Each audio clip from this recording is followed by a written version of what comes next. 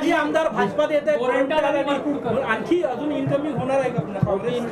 बघा, या संदर्भात आमचे अध्यक्ष रवींद्र चव्हाण हेच आपल्याला जास्त सांगू शकतील, कारण भारतीय जनता पक्षामध्ये कोणी जर प्रवेश करायचा असेल तर ते त्यांच्या लेवलवर ठरतं. अर्थात नंतर मला ते सांगतात कि बाबा यांचा प्रवेश आपण करतोय. चिदंबरम जी का एक बयान है जिसमें वो कह रहे हैं पहलगाम के जो आतंकी थे वो पाकिस्तान से आए, इसका कोई सबूत नहीं. याच्यात मला काही नवल वाटत नहीं, मुझे इसमें कोई आश्चर्य नहीं लगता.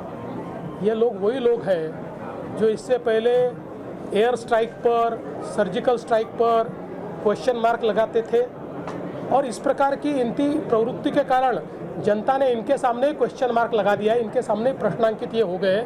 इसलिए ये मानसिकता ही ऐसी है, इस मानसिकता का कुछ नहीं किया जा सकता. उभाटाचे आमदार आज राज्यपालांना भेटायला गेलेले आहेत. योगेश कदम असतील किंवा शिवसेनेच्या इतर मंत्र्यांची तक्रार ते राज्यपालांकडे करतात. असं आहे की एक नरेटिव्ह तयार करण्याचा प्रयत्न चाललेला आहे. ठीक आहे, काही प्रकरणांमध्ये निश्चितपणे मला असं वाटतं की काही चुका त्याच्यामध्ये आहेत किंवा काही इनसेन्सिटिव्ह बोलणं झालेलं आहे, पण त्याचा सगळ्या गोष्टीचा एक नेरेटिव्ह तयार करून सरकारच्या विरोधात नेरेटिव्ह तयार करायचा त्यांनी किती प्रयत्न केला तरी देखील लोक त्यांच्याकडे बघतात ना.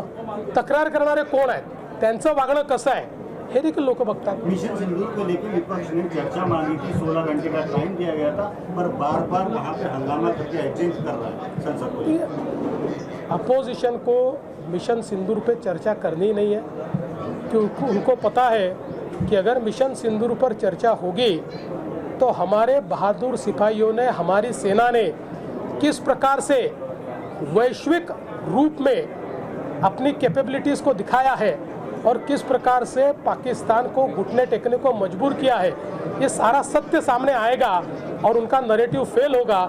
इसलिए एक युद्ध की नीति होती है शूट एंड स्कूट, यानी दागो और भाग जाओ, दागो और भाग जाओ. ऐसा झूठ दागते और भाग जाते, चर्चा करने की इनमें हिम्मत ही नहीं. पुणे रेव पार्टी नंतर पुन्हा एकदा ड्रग्स आणि रेव पार्टीचा मुद्दा चर्चेत आला. आपण गृहमंत्री सुद्धा आहात, काय सांगता? नाही, या सगळ्या गोष्टी अतिशय गंभीर आहेत. सातत्याने आपण त्याच्यावर कारवाई करण्याचा प्रयत्न करतो आहोत. मोठ्या प्रमाणात कारवाई चाललेली आहे. कालही मुंबई पोलिसांनी दुसऱ्या राज्यामध्ये जाऊन देखील जे काही इथनं बॅकवर्ड लिंकेजेस शोधत ते गेले, त्याच्यामध्ये दुसऱ्या राज्यात जाऊनही त्यांनी तो ड्रग्सचा कारखाना त्या ठिकाणी पकडलेला आहे. त्यामुळे याच्यावर कारवाई मोठ्या प्रमाणात चालली.